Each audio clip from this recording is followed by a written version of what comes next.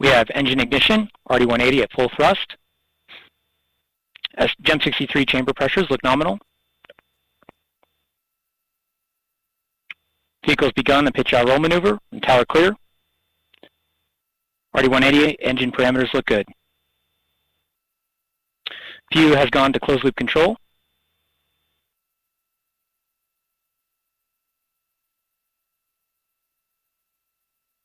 The RD-180 is now throttling down as expected. Engine response looks good. We are now 33 seconds into flight. Atlas is 3 miles in altitude, 0.9 miles downrange distance. We have passed through Mach 1. Vehicle is now passing through max Q, maximum dynamic pressure. Now, 55 seconds into flight, Atlas is 7 miles in altitude, 4 miles downrange distance, traveling at 1,900 miles per hour.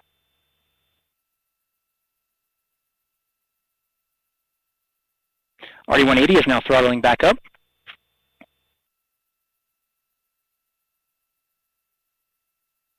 Now, at 75 seconds into flight, Atlas is 13 miles in altitude, 10 miles downrange distance, traveling at 2,700 miles per hour.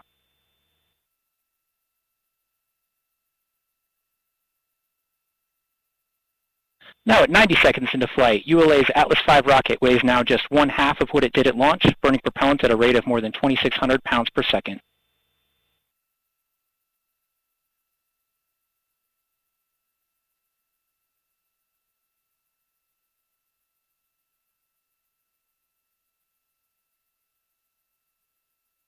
SRBs have burned out as expected, and we see a good SRB jettison.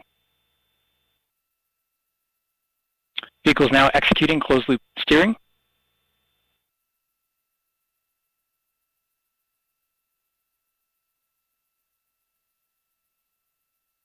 Vehicle performance looks good at this time.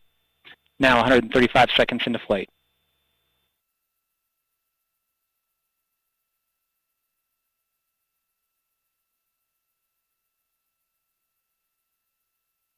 The RD-180 has throttled down slightly.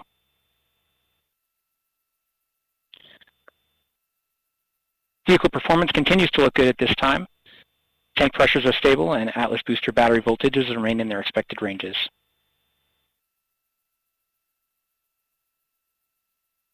Now the upper stage is preparing for its use.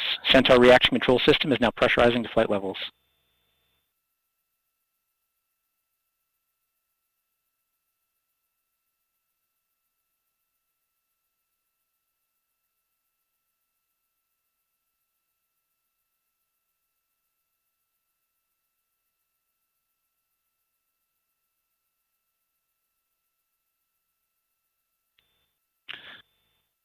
We have just over 1 minute until BECO. We're now seeing the RD-180 throttle limiting to maintain a 2.5 G acceleration limit. Standing by for payload fairing jettison.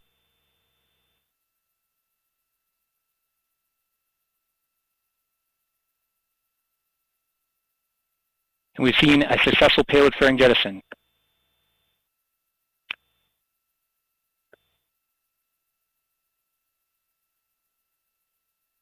RD-180 is throttled back up now.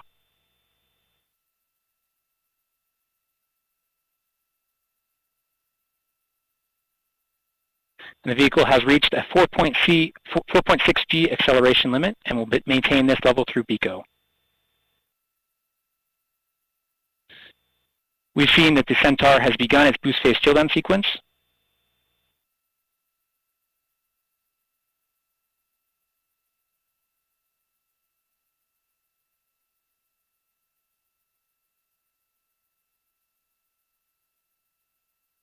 And BECO, booster engine cutoff. Standing by for stage separation and a successful stage separation event.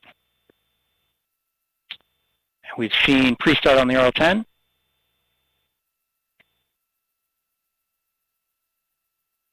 And mass 1, we have ignition for the first burn.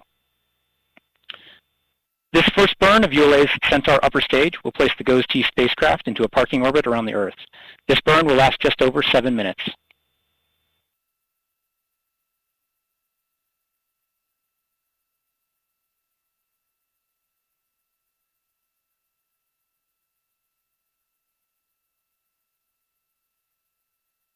We're seeing the expected activity on the reaction control system as it begins its periodic firings to maintain thermal control conditioning.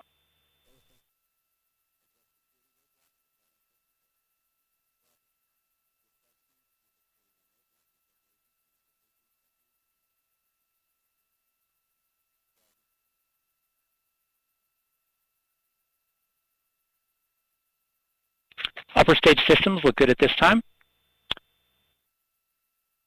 Hydrogen line temperatures are approaching the bottle temperature as expected.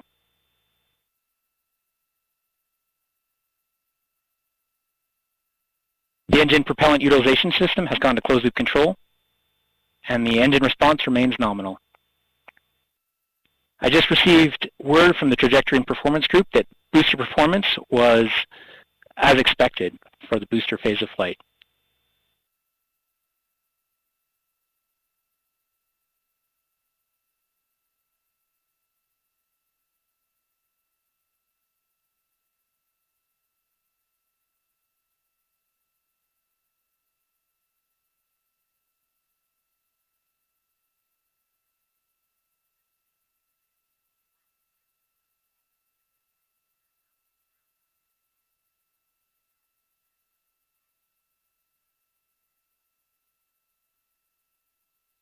The engine propellant utilization system is performing as expected, controlling the mass error to near zero.